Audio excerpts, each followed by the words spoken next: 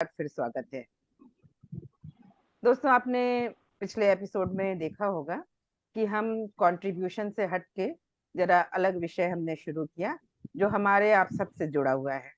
और जब हम इस विषय पे बात कर रहे थे, तो अपने दर्शक मित्रों के अनुरोध पर हमने 2 लोगों को जोड़ा था, जिसमें से एक को तो आप जानते ही हैं, अभिनव राज श्रीवास्तव को आप पहचान गए होंगे, और हमारे साथ जुड़ी थी मधुलिका पांडे। आज यही 2 दर्शक मित्र कहा जाए या दर्शक मेहमान कहा जाए हमारे साथ हैं, और हमारे मेहमान जो आपसे चिरपरिचित हैं और जिनकी मुस्कान, जिनका ज्ञान हम सभी को अपनी ओर आकर्षित करता है। तो आइए सबसे पहले अपने मेहमान का, जो कि हमारे काशी से जुड़ते हैं, उनका हम स्वागत करें। डॉक्टर गौतम चटर्जी, आपका स्वागत है इस अंक में। आनंद आनंद और खूब आनंद। और अब हम स्वागत कर रहे हैं अपने दर्शक मित्रों का। मधुलिका पांडे जी, आपका भी इस कार्यक्रम में एक बार फिर स्वागत है। धन्यवाद मेनका जी। और नमस्कार हमारे सर। मधुलिका जी नमस्ते और स्वस्थ नमस्कार। शुभेच्छा। आपको देख के अच्छा लग रहा है, आपको आपकी उपस्थिति बहुत अच्छी लग रही है। और अब अपने धन्यवाद हम सर। युवा दोस्त, युवा दर्शक का अभिवादन करते हैं। अभिनव राज श्रीवास्तव, आपका भी इस अंक में एक बार फिर स्वागत है। Thank you so much. तो आइए हम इस कार्यक्रम को शुरू करें। लेकिन ये कार्यक्रम शुरू करने से पहले हमने जहाँ छोड़ा था, हम चाहते हैं उसका एक बार रिकैप्चुलेशन कर लें, थोड़ा सा उसका दोबारा उसको दर्शकों को भी हमारे याद आ जाए। तो हम बात कर रहे थे लाइफ, लव और कॉन्फ्लिक्ट पर। हमारे विद्वान ने इस विषय पर अपनी जानकारी दी, और उसके बाद हमने अपने जुड़े हुए दर्शक मित्रों से जानना चाहा था कि उनका क्या विचार है लाइफ को लेके, लव को लेके, और जो कॉन्फ्लिक्ट होता है किसी भी रिश्ते में हो। हर रिश्ते में प्रेम भी होता है, हर रिश्ते में कॉन्फ्लिक्ट भी होता है। मतलब विचारों का मतभेद कहा जाए, या कभी कभी जब ये मतभेद ज्यादा बढ़ जाता है तो स्वाभाविक रूप से लड़ाई का रूप ले लेता है या सेपरेशन का रूप ले लेता है। तो सबसे पहले हम ये चाहेंगे कि जो हमारे विद्वान ने बताया था, मधुलिका जी आपका बताइए इसमें क्या विचार था। मेनका जी, मेरा ये कहना था कि कोई भी हम लोग सभी जैसे हम लोगों ने किया कि भाई लव है तो किसी भी रिश्ते में हो, चाहे वो कोई भी रिश्ता हो, अ, इस जीवन में माता पिता हो, भाई बहन हो, पति हो, बच्चे हो, तो ये जो अभिव्यक्ति इसकी मुखर होनी चाहिए। प्रेम की अभिव्यक्ति बहुत आवश्यक होती है, क्योंकि यदि हम सामने वाले को बता ही नहीं पाएंगे कि हम सामने वाले के प्रति क्या भावना रखते हैं, तो मुझे नहीं लगता कि उस समझ में आएगा। कोई सामान्य लोग हम लोग हैं, तो बोलना या मुखर होना या किसी भी तरह से अपनी अभिव्यक्ति करने से ही हम समझ पाते हैं। तो मेरा ये मानना है कि प्रेम को अभिव्यक्त करना अति आवश्यक है, और चाहे वो अलौकिक प्रेम हो, चाहे ईश्वर के प्रति ही क्यों ना हो, क्योंकि हम लोगों ने पढ़ा है, जाना है, तो जैसे मीराबाई है या कबीर है, उन सभी ने किसी न किसी माध्यम से अभिव्यक्त किया है अपने इस प्रेम को। और अगर प्रेम है तो संघर्ष थोड़ा बहुत तो है ही, लेकिन अगर सामंजस्य है तो शायद इसे कम किया जा सकता है। बिल्कुल बिल्कुल बिल्कुल सही कहा मधुलिका जी आपने। अब आपके इन विचारों से हमारे जो विद्वान हैं वो कहाँ तक सहमत होते हैं या नहीं होते हैं। लेकिन इसके पहले मैं अपने युवा दर्शक से, अभिनव राज श्रीवास्तव से भी जानना चाहूंगा कि उनका इस संबंध में क्या मत है। जैसा मैंने पहले एपिसोड में, पिछले वाले एपिसोड में कहा था कि हमें चाहे लव हमारे किसी के भी प्रति हो, हमारे पेरेंट्स, हमारे फ्रेंड्स, फैमिली, किसी के भी प्रति, तो उसमें हमारे एफर्ट्स होना बहुत जरूरी है। कि हमें हमें हमारे लव के प्रति हमेशा एफर्ट्स इनपुट करना चाहिए। एंड पिछली बार जब मैं कह रहा था कॉन्फ्लिक्ट के बारे में, तो कोई भी प्रेम हो उसमें कॉन्फ्लिक्ट थोड़े बहुत आते ही हैं। ऐसा एक प्रेम मुझे लगता है कि जिसमें कॉन्फ्लिक्ट ना हो वो है सेल्फ लव। कि हम अपने आप से इतना ही ज्यादा सेल्फ ऑब्सेस्ड हैं कि हम अपने प्रति या अपने से आप अपने से प्रेम करेंगे तो कभी भी आपको कॉन्फ्लिक्ट मुझे नहीं लगता कि होगा कभी, क्योंकि हम बहुत ज्यादा ही सेल्फ ऑब्सेस्ड रहते हैं इसलिए। गौतम जी, आपने हमारे दर्शक मित्रों के बातें सुनी, उनके विचार जाने, उनके राय जाने और जीवन के प्रति उनका नजरिया भी जाना। लेकिन हम यहाँ पे मेन जो हमारे साथ मुद्दा है, या कहना चाहिए उद्देश्य है, उसमें उद्देश्य ये है कि हम अगर किसी से जीवन में प्रेम करना शुरू करते हैं, चाहे वो माता पिता हो, भाई बहन हो, बच्चे हो, हमारे हमारे फ्रेंड्स हो, या लवर बिलवर्ड्स की बात करते हैं हम, तो जब हमने पहली बार उनको देखा, उनसे आकर्षित हुए, उनसे हमने प्रेम करना शुरू किया, तो वो प्रेम बना रहे। सबसे जो है सेपरेशन की बात या कॉन्फ्लिक्ट की बात तब आती है जब उसमें कहीं ना कहीं कमी आ जाती है, या हम ये कहा जाए कि हम दूसरे में कमी देखने लगते हैं, या हम सामने वाले से ये अपेक्षा करते हैं कि हम जैसा कहें वो सिर्फ वैसा ही माने। जैसा कि आपने अपने पिछले एपिसोड में कहा भी था, और व्यक्तिगत रूप से भी ये बात सही है कि हम में से ज्यादातर लोग ये चाहते हैं कि दुनिया, बल्कि घर ही नहीं, दुनिया हमारे हिसाब से चले, हम वो जवाब सुने जो हमारा मन सुनना चाहता है। तो आप यहाँ वो जवाब मत दीजिएगा जो हम सब सुनना चाहते हैं। जो जवाब सही होना चाहिए, जो हम सबका मार्गदर्शन करे, जो इस तरीके के जीवन में कॉन्फ्लिक्ट को कम करे, हम वो चाहते हैं कि आप वो हमें बताएं। मेनका जी, मैं विशेषज्ञ नहीं हूँ इस विषय का, और हम सभी लोग, मैंने चारों लोग अभी ये ढूंढने की कोशिश कर रहे हैं कि क्या ऐसा जीवन हो सकता है जहाँ पर प्रेम हो और द्वंद्व न हो। ये यहाँ से हम लोगों ने पिछले एपिसोड में बात की थी, और हमने स्टेटमेंट दिया था, मैंने वक्तव्य दिया था एक ऐसे जीवन के बारे में जहाँ सिर्फ प्रेम, और वो कैसे संभव है। उसके बाद मधुरिका जी ने जो कहा था और अभिनव जी ने जो कहा था, उसमें कुछ कुछ बातें मेरे सामने अस्पष्ट रह गई थी, जो आज स्पष्ट हुई। अस्पष्ट इसलिए रह गई थी क्योंकि आसपास शायद शोर के कारण या आवाज के कारण मैं बिल्कुल साफ सुन नहीं पा रहा था, और बिल्कुल शांत था फिर भी। तो मधुरिका जी ने जो पिछले एपिसोड में कहा है और आज के अंक में जो कहा है, क्या वो ये कि प्रेम के लिए विश्वास आवश्यक है और प्रेम के लिए अभिव्यक्ति आवश्यक है। यानी विश्वास है तो प्रेम है, और प्रेम है तो फिर अभिव्यक्ति आवश्यक है।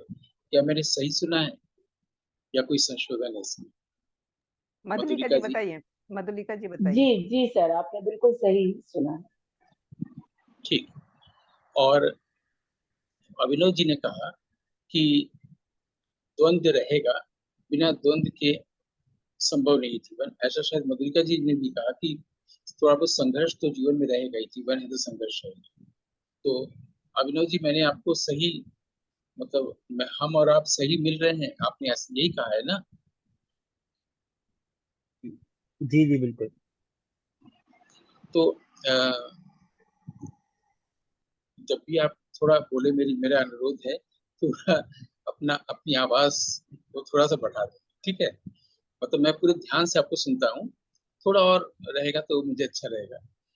तो जी अ, जी पहले तो इस पर बात करें कि मधुरिका जी ने जो कहा कि विश्वास है तो प्रेम है, तो विश्वास नहीं है तो इसका मतलब प्रेम नहीं होगा। इससे तो ये मतलब हो रहा है। दूसरा, प्रेम होने के बाद फिर विश्वास टूटता भी है। ऐसा होता है या नहीं होता है मधुरिका जी? जी सर, होता तो है। समटाइम्स कभी कभी हो जाता है। क्या हर आपके रिश्ते पास में ऐसा कभी ना अनुभव? कभी। जी अभी हम लोग लौकिक प्रेम की बात कर रहे हैं, मीरा के प्रेम की जी। बात नहीं कर रहे थोड़ी देर के लिए। तो क्या आपने कभी ऐसा सुना है जीवन में, या आपके अपने अनुभव में है कि प्रेम और विश्वास शुरू से अंत तक बना रहा, कभी उसमें किसी भी तरह से वो आहत नहीं हुआ? नहीं सर, अभी तक हमने ऐसा सुना तो नहीं है। किसी भी रिश्ते में लेकिन आप इस थोड़ा बहुत कहीं तथ्य ना जब कहीं। स्वीकार करेंगे ना कि युगों युगों से संसार में प्रेम होता है दो व्यक्तियों के बीच में, और वहां पर द्वंद्व होता है, विश्वास होता है, फिर नहीं होता है, फिर टूटता है, विश्वास संदिग्ध होता है, रिश्ते टूटते हैं। रिश्ते को बनाए रखने के लिए बहुत तरह की कोशिशें मनुष्य करता है, पुरुष भी स्त्री भी, है ना। ये तो तथ्य है ना। जी जी। मतलब हम लोग इसीलिए तो इस पर बात कर रहे हैं कि क्या ऐसा प्रेम पूर्ण जीवन हो सकता है, लौकिक प्रेम, जहां पर विश्वास न टूटे, द्वंद्व न हो, और प्रेम हमेशा बना रहे। यही से हम लोगों ने पिछले एपिसोड में बात शुरू की थी, है ना। मतलब मैंने ये वक्तव्य रखा था, ये तो तथ्य नहीं है। तथ्य जो है वो हम जी सब लोग जानते हैं। तो मैंने ये प्रश्न किया था, क्या ऐसा संभव है? अगर ऐसा संभव नहीं है तो क्या इसे संभव किया जा सकता है? अगर संभव किया जा सकता है तो कैसे? क्योंकि हर कोई चाहेगा कि संबंध हो, मधुर संबंध हो, वहां पर प्रेम हो। थोड़ी देर के लिए सिर्फ स्त्री और पुरुष के प्रेम संबंध की बात कर रहे हैं। प्रेम हो, प्रेमपूर्ण संबंध हो, और कभी किसी भी प्रकार का ऐसा कुछ ना हो जो इसे नष्ट करता हो, इसको विकृत करता हो, है ना। तभी तो हम मनुष्य कहलाने के योग्य होंगे। यही यही से बात शुरू किए थे ना। नहीं तो इस पर सेमिनार करने की, संगोष्ठी करने की जरूरत नहीं है। सभी लोग को पता है कि हम लोग एक दूसरे के करीब आते हैं, फिर दूर हट जाते हैं। कोई भी चीज एक सा नहीं बना रहता है। यहाँ से हमने बात शुरू की थी। फिर हमने ये भी कहा था शुरू में ही कि ये जो लगातार द्वंद्व चलता रहता है, हमेशा चीजें बदलती रहती हैं जीवन में। जब हम लोग बच्चे होते हैं, फिर किशोर युवा होते हैं, फिर वयस्क होते हैं, तो चीजें बदलती रहती है। और हम लोग इसको स्वीकार कर चुके हैं कि प्रकृति में बदलाव का नियम है, मनुष्य में भी बदलाव होता है, स्थितियों में बदलाव होता है, चीजें होती रहती है। तो हमने ये प्रश्न किया था, क्या ऐसी किसी स्थिति को, ऐसी किसी स्थिति की हम कल्पना कर सकते हैं जहां पर बदलाव नहीं है, वो एक अपरिवर्तनीय स्थिति है? उन्हें क्या ऐसी कल्पना कर सकते हैं? अगर कल्पना कर सकते हैं तो क्या ऐसी स्थिति हो सकती है? अगर ऐसी स्थिति होती होगी तो क्या हम उसे प्राप्त कर सकते हैं, अर्जित कर सकते हैं?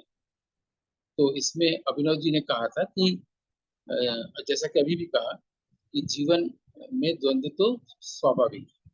आपने भी कहा कि जीवन में जो है संघर्ष तो थोड़ा बहुत चलता रहता है, ठीक है। तो फिर मैं वही अभिनव से ये प्रश्न करना चाहूंगा कि क्या बिना द्वंद्व के जीवन संभव है? अभिनव जी बताएंगे। आ, हाँ, संभव तो हो सकता है, क्योंकि हम थोड़ी बहुत कॉन्फ्लिक्ट से हमारे रिलेशंस में, चाहे वो किसी से भी, थोड़े बहुत तो आते हैं। बट वो रिलेशंस ऐसे नहीं होती कि जो हमारे रिश्ते को खत्म कर दे, या फिर कोई भी चीज इतनी नहीं बिगड़ती कि उसे सुधारा ना जा सके। तो मेरा ये मानना है।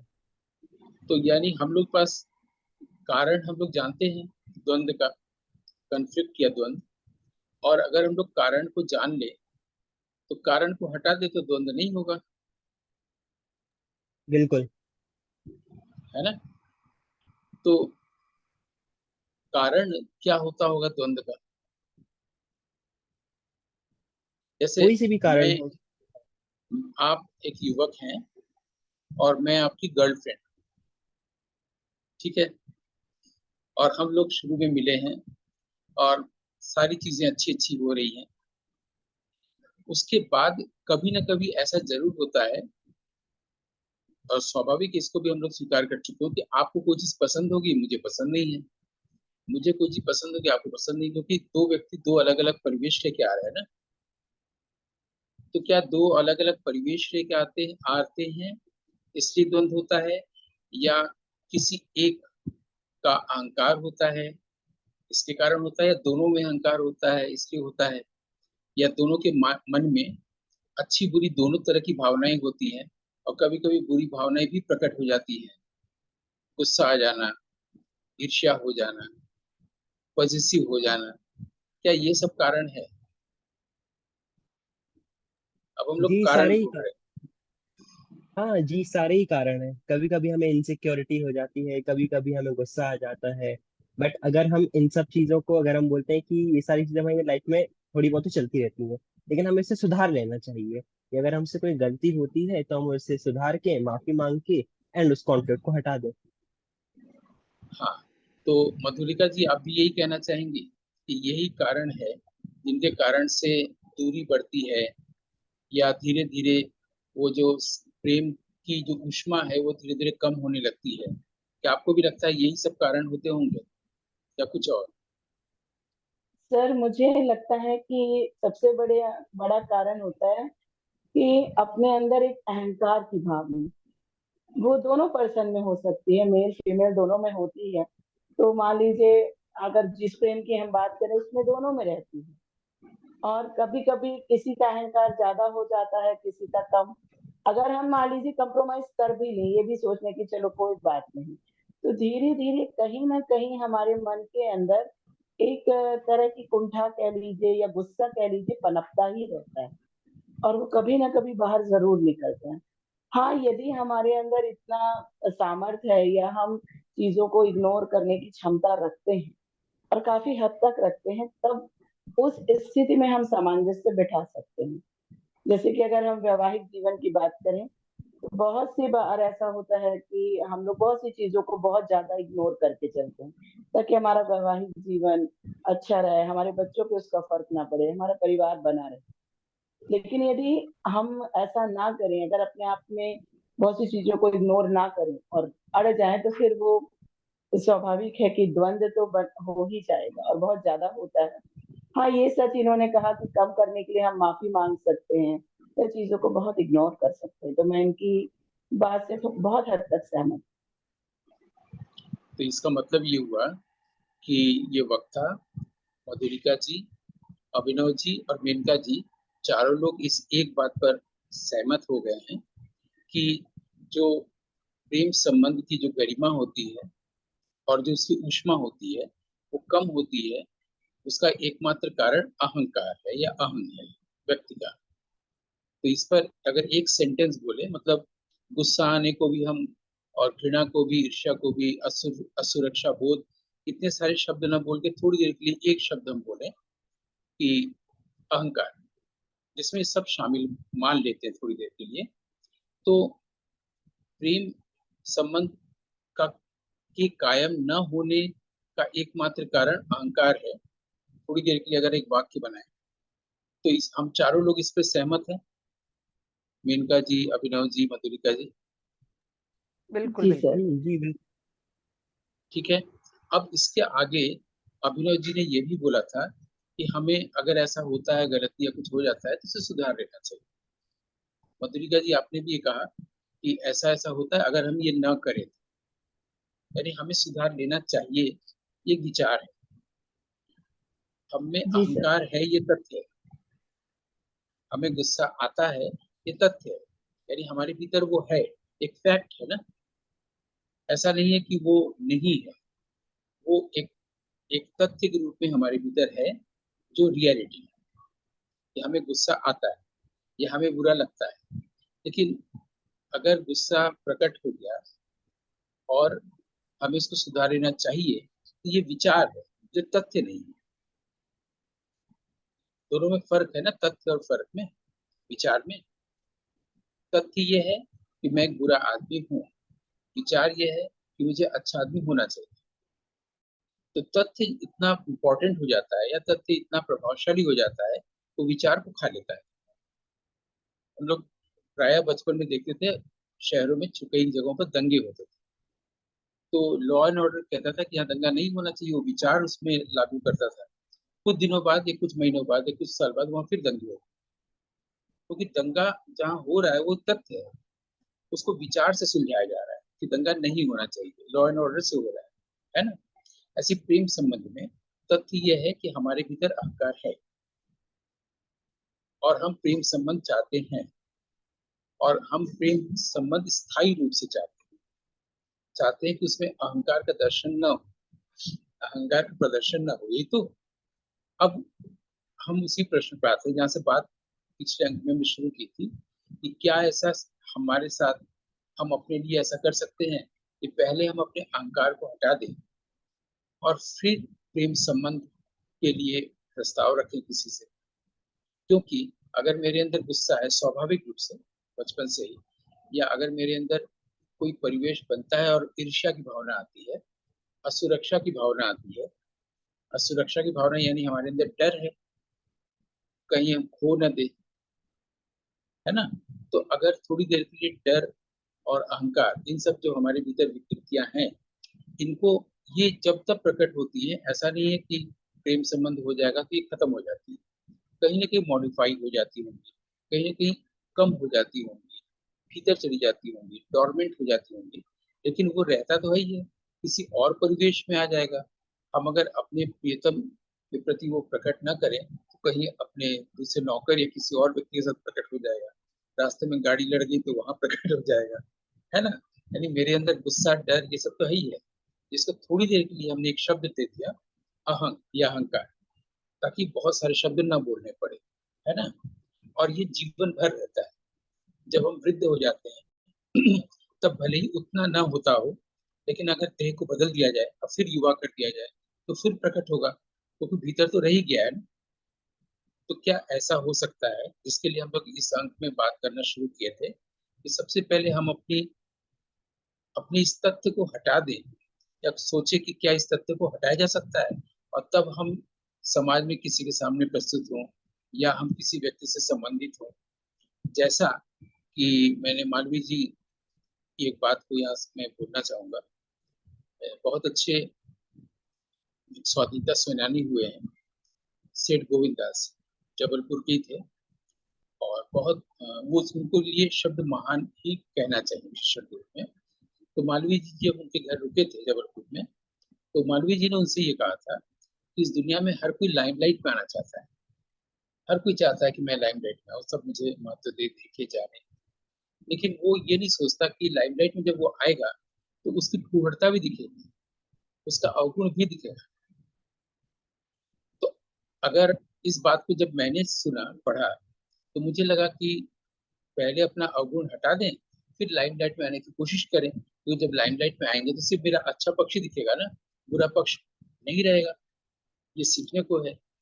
उसी तर्ज पर मैं ये प्रश्न कर रहा हूँ कि क्या ऐसा हो सकता है कि हम जब प्रेम किसी से करने जाएं तो उससे उसके साथ उसके पास अपनी बुराइयों के साथ न जाएं। ये प्रश्न, क्या ये संभव है?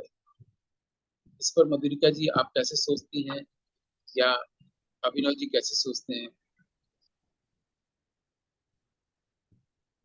सर मेरा तो ये कहना है कि ऐसा सिर्फ एक व्यक्ति के लिए हो सकता है कि जिससे हम प्रेम करते हैं या जिन जिन से हम प्रेम करते हैं, चाहे वो हमारे दोस्त हो, बच्चे हो, या फिर कोई भी है, तो हो सकता है उनके लिए हम अपने अहंकार को कम कर दें या हटाने की कोशिश करें, पर वो कहीं ना कहीं जरूर दिखाई देता है। क्योंकि हाँ, अहंकार को इसका मतलब या किसी इसका भी मतलब इस चीज को वाक्य में, हटाना। इसका मतलब मधुरिका जी इस जी वाक्य में थोड़ा सा संशोधन की जरूरत है ना, कि हम किसी एक के प्रति ये कर सकते हैं कि अहंकार को, जी अहंकार न रखें, लेकिन कहीं ना कहीं और जगह तो प्रकट होगा ना। जी जी यानी अवश्य सर, अहंकार तो है क्योंकि ही, वो बस हम मनुष्य का प्रकट नहीं कर रहे हैं। स्वाभाविक गुण है। जी, मनुष्य मान के लीजिए अंदर कि, वो एक स्वाभाविक गुण है।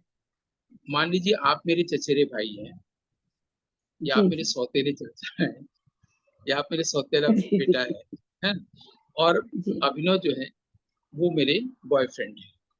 तो मैं अभिनव के जी सामने उसका प्रदर्शन नहीं करूंगा, आपके प्रति ये प्रकट हो जाएगा। लेकिन है तो तब भी जब मैं अपने बॉयफ्रेंड अभिनव के साथ हूँ ना, जी है ना। तो कहीं ना कहीं तो जी प्रकट होगा ना। तो जी अभी जी तो प्रेम हुआ ही नहीं।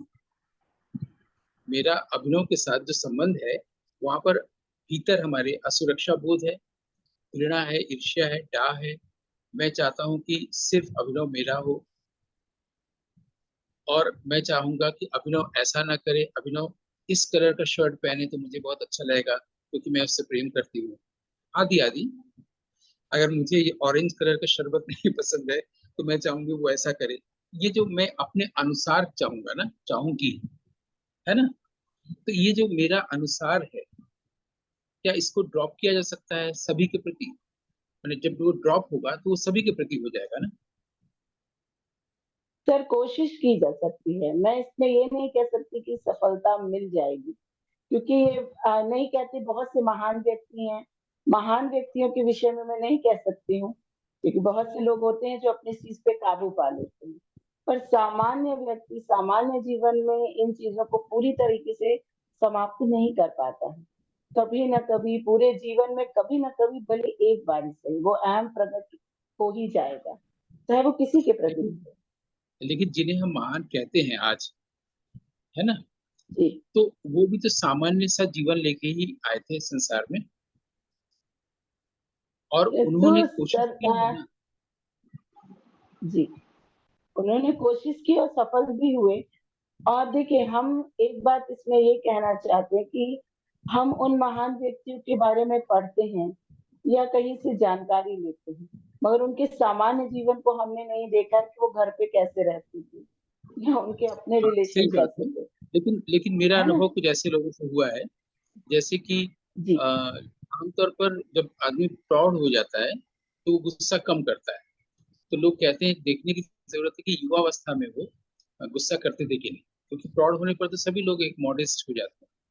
लेकिन हमने देखा है, जैसे मैंने अजय शाह द्विवेदी जी को देखा, तो वो काफी प्रौढ़ अवस्था में थे, गुस्सा नहीं करते थे, खूब हंसते थे अट्टहास के साथ। और मैंने ऐसे लोगों को भी देखा है जो युवावस्था भी देखी है और फिर प्रौढ़ावस्था भी देखी है, और दोनों में ही मैंने देखा है कि उनके अंदर गुस्सा नहीं है या संयम है, आदि आदि। मतलब मेरी भी अब शरीर की उम्र काफी हो गई है, तो ऐसे कई उदाहरण मेरे साथ हुए हैं। ऐसा नहीं कि जब बाहर आ रहे हैं, सार्वजनिक व्यक्तित्व के रूप में जब आ रहे हैं, तब वो बहुत अच्छा व्यवहार कर रहे हैं, और घर में अपनी पत्नी के साथ या बच्चों के साथ दूसरे ढंग से पेश आ रहे हैं, जैसा कि आमतौर पर होता है। ऐसे लोग भी हुए हैं, और ऐसा भी हो सकता है। जी सर, हो सकता है, अवश्य हो सकता है, पर उसके लिए कितना हम एफर्ट कर रहे हैं, कितना प्रयत्न कर रहे हैं, तो हमारा हम लोग जो वातावरण कैसा है, हम जो उस ये पे बहुत कितना कुछ। effort कर रहे हैं, आपने कहा ना, कितना प्रयास कर रहे हैं हम लोग। एक गाड़ी खरीदने के लिए, पैसा कमाने के लिए, समाज में महत्व पाने के लिए इतने प्रयास करते हैं, इसके लिए प्रयास क्यों नहीं करते? मुझे ये लगता है सर कि इसके लिए, इसलिए मोस्टली लोग इसलिए भी नहीं करते या करना नहीं चाहते, ये कह लीजिए वो करना नहीं चाहते, क्योंकि हाँ, अपन कहते हैं ना कि जहाँ चाह वहाँ राह। यदि हमें कोई चीज चाहिए तो हम उसके लिए भरसक प्रयास करते हैं, लेकिन यानी यदि इसको इस चीज में हमारा इसको करना करने नहीं की चाहते। अर्जेंसी नहीं है, कि नहीं सबसे पहले ये हाँ। करेंगे, इम्पोर्टेंट चीज है, अर्जेंसी नहीं है, महसूस करते हैं। नहीं, महसूस भी लेकिन नहीं अगर करते हमने कहीं ना लेकिन कहीं। हमने देखा अ, कि आपके पास एक बहुत अच्छे कलर की जीन्स है, ब्लू कलर की, तो मुझे भी वो चाहिए, उसकी अर्जेंसी हो जाती है। जी, पर सर एक बात ये भी है ना कि करना इसलिए भी नहीं चाहते कि कहीं ना कहीं आदमी को शायद ये लगता होगा कि अरे ये मेरे को दबाने की कोशिश कर रहे हैं या मेरा आत्मसम्मान हर्ट हो रहा है, जो भी है, शायद इसलिए भी हम ऐसा नहीं करते, अपने आप को हम कमजोर नहीं दिखाना चाहते, तो शायद इसलिए भी मनुष्य हम प्रयत्न नहीं समझते करता। हैं कि हमारी विनम्रता को हमारी कमजोरी मान ली जाए, हाँ, कमजोरी समझ रहे हमारी हैं। अच्छाई को ना, ये भी हम सोचते हैं ना, जी। क्योंकि अक्सर ऐसा होता है, जी। ऐसा मान लिया जाता है। लेकिन जी। फिर वही रहा कि अगर हम ये हमारे लिए अर्जेंसी नहीं होगी, तो ये फिर जीवन में ऐसा होता रहेगा, प्रेम होगा, विश्वास टूटेगा, दुख आएगा, और मृत्यु होगी, यही जीवन चलता रहेगा। अवश्य। यस। लेकिन बिल्कुल सर। हम लोग अगर ये अंक कर रहे हैं अभिव्यक्ति का एपिसोड, तो हम लोग अगर इसमें ये ढूंढ सके, या हम लोग के भीतर ये प्रेरणा जग सके कि इसी पल से हम लोग ऐसा कोई जीवन देखें जहां पर ये नहीं है, तो वो जीवन एक सुंदर जीवन नहीं होगा। यदि जीवन है तो सुंदर होगा। हाँ, तो ये द्वंद्व रहित जीवन है। द्वंद्व रहित जीवन की का ही आरंभ हम क्यों न करें, अगर हमें दिख जाए कि द्वंद्व कहाँ से आता है। जैसे ही दो का भाव होगा, मेरे और आपका भाव होगा दो, तो द्वंद्व होगा ही, भले मेरे अंदर अहंकार न हो। तो पहले ही जब दो का भाव है, पहले ही जब दो का भाव है, तो मेरे और आपके बीच में जो कुछ भी संबंध बना, एक दिन में, एक साल में या 20 साल में, वो कभी न कभी तो दो अगर है तो अलग होना ही है ना, पहले ही तो अलग है। एक तो पहले हम अपने भीतर होंगे ना आपके साथ। दो का भाव नहीं रहेगा जब मेरे भीतर, तो बाहर भी कभी नहीं रहेगा, क्योंकि जो भीतर होता है वही बाहर प्रकट होता है। जब भीतर प्रेम का भाव है ही नहीं, तो हम प्रेम किस चीज को अभिव्यक्त कर रहे होंगे? आपने कहा ना, प्रेम को अभिव्यक्ति भी चाहिए, जताने की जरूरत होती है। जब मेरे अंदर वो भाव है ही नहीं है, मेरे अंदर दो का भाव है, जो अभी प्रकट नहीं हो रहा है, कुछ दिनों बाद, कुछ समय बाद, कुछ वर्षों बाद प्रकट होगा, तो क्यों ना अभी ही कर लें। सर मैंने आपको वही मैंने बोला कि प्रेम को अभिव्यक्ति की आवश्यकता होती है, पर है ना, वही मैंने बताया प्रेम कि को हर ना, रिश्ते में, है ना, प्रेम को, प्रेम को। और प्रेम को ऐसा नहीं है, अभिव्यक्ति है ना। जिसके प्रति हमारा प्रेम है उसके प्रति हमारा अहंकार भी कहीं ना कहीं कम होता है। बहुत सी गलतियों नहीं, को हम माफ भी कर देते हैं, इग्नोर कर नहीं, देते हैं, तो मैं धीरे धीरे लेकिन चल रहे हैं, बहुत सी गलतियों को जी, ओवरलुक कर देते हैं। आपने कहा ना, आपके पहले सेंटेंस हाँ, को लें, प्रेम होगा तो उसको अभिव्यक्ति करनी चाहिए ना। जी जी अवश्य, प्रेम होगा तब तो। जब जी, द्वंद है तो प्रेम हमारे भीतर हुआ ही नहीं है अभी। हमको लग रहा है कि हमें प्रेम हो गया आपसे, अच्छा, और उसके बाद मुझे ऐसा लगता है, मेरे अंदर कोई एक आकर्षण होता है, मेरे अंदर कोई एक भाव आता है, और हमको लगता है हम प्रेम हो गया है, और वो प्रकट होता रहता है। हम धीरे धीरे उसको जताते भी रहते हैं, और फिर बाद में सेपरेशन हो जाता है। उसको ही तो कह रहे हैं कि प्रेम होगा तो प्रकट होगा ना, प्रेम तो था ही नहीं शुरू से ही। पहले से ही द्वंद है, पहले से ही असुरक्षा बोध है, पहले से ही घृणा है, पहले से ही हमारे अंदर दर्प है और गुस्सा, जो कुछ है वो तो पहले से ही है ना, बचपन से ही। और हमें इस बात का भ्रम भी हो गया कि मुझे आपसे प्रेम हो गया है, क्योंकि कुछ अच्छे भाव, सुंदर भाव, आपके मैंने कुछ अच्छे गुण देखे, जिससे मैं प्रभावित हुआ। आपकी भाषा अच्छी लगी, आपकी वाणी अच्छी लगी, मुझे अभिनव में इंटेलिजेंस दिखा, स्पार्क दिखा, मैं उसके प्रति आकर्षित हुआ। उससे बात करना अच्छा लगा, कैफेटेरिया में जाकर के कॉफी पीना अच्छा लगा, साथ साथ चलना अच्छा लगा, वो साथ अच्छा लगने लगा, और वो साथ दूर तक नहीं चला। तो हमने अपने प्रेम को अभिव्यक्ति भले ही दी हो, लेकिन हमने उसको भी अभिव्यक्ति दे दी जो हमारे भीतर है, जो बचपन से लेकर हम बड़े हुए हैं, जो काफी आदमकद हो गया है, जिसको हम अहंकार कह रहे हैं। वो भी तो प्रकट हुआ, पहले प्रकट हुआ, फिर हमने कहा कि नहीं, माफी मांग लिया, कम किया, या आपके प्रति कम प्रकट किया, लेकिन वो तो है ही, आज नहीं छलकेगा तो कल छलकेगा। तो मेरा और अभिनव का विवाह हो गया, और उसके बाद वो धीरे धीरे प्रेम की उष्मा कम होती चली गई, और द्वंद्व बढ़ता चला गया। फिर एडजस्टमेंट हो गया, फिर उदासीन हो गए एक दूसरे के प्रति, इंडिफरेंट हो गए। तो ये मुख्य रूप से आया ना, वो प्रेम क्यों चला जाता है, यही पर तो हम लोग बात कर रहे थे। तो जी, अगर हमारे भीतर शुरू से ये नहीं रहे, तो प्रेम का भ्रम भी नहीं होगा। तो प्रेम के भ्रम में हम अभिव्यक्त करने की कोशिश कर रहे थे ना प्रेम को, कि तुम प्रेम को अभिव्यक्त जी, करो। हम अभिव्यक्त नहीं करते हैं, प्रेम जी, को अभिव्यक्त होना चाहिए। प्रेम है कहाँ? क्योंकि हम लोगों ने ये समझ हम लोग के सामने आ गई, द्वंद होगा तो प्रेम नहीं। क्योंकि जी, द्वंद होगा, और द्वंद को कम प्रकट करेंगे या कम करते जाएंगे, माफी मांग लेंगे या सुधार करेंगे, ऐसा करते चले जाएंगे और 80 साल के हो जाएंगे। हम ये चाहेंगे गौतम जी कि इस नोट पर जहाँ जो आपने कहा है उसको आप वाइंड अप करें दो चार सेंटेंसेस में, क्योंकि अब हमारे पास बिल्कुल समय बिल्कुल ज्यादा नहीं बचा है।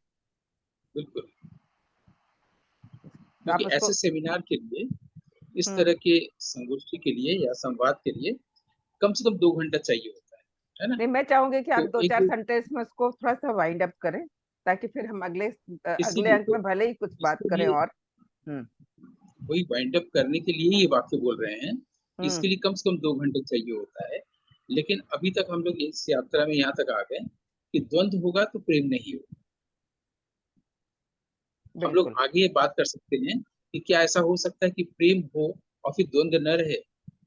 बिल्कुल तो हमारे जो पार्टिसिपेंट्स हैं, मतलब दर्शक मित्र हैं, मधुलिका जी और अभिनव राज से भी हम चाहेंगे कि इस विषय पे जरूर चिंतन करें कि हमारे विद्वान डॉक्टर गौतम चटर्जी ने जो कहा कि हमारे में अगर डुएल की भावना है, दो की भावना है, तो वहां पे हम बट नेचुरल दो हो जाते हैं और द्वंद्व आता है। एक ही भावना अगर मन में हो तो शायद प्रेम सही रूपों में वो भ्रम ना रहे और सचमुच का प्रेम हो। तो आइए इसी नोट के साथ कि सचमुच का प्रेम हम व्यक्त करेंगे। तो अपने विद्वान डॉक्टर गौतम चटर्जी को हम अपने दर्शकों की ओर से, और जो शामिल हैं दर्शक हमारे, मधुलिका पांडे जी की ओर से और अभिनव राज श्रीवास्तव की ओर से धन्यवाद देते हैं कि उन्होंने इतनी अच्छी जानकारी हमको इस अंक में दी। आनंद आनंद।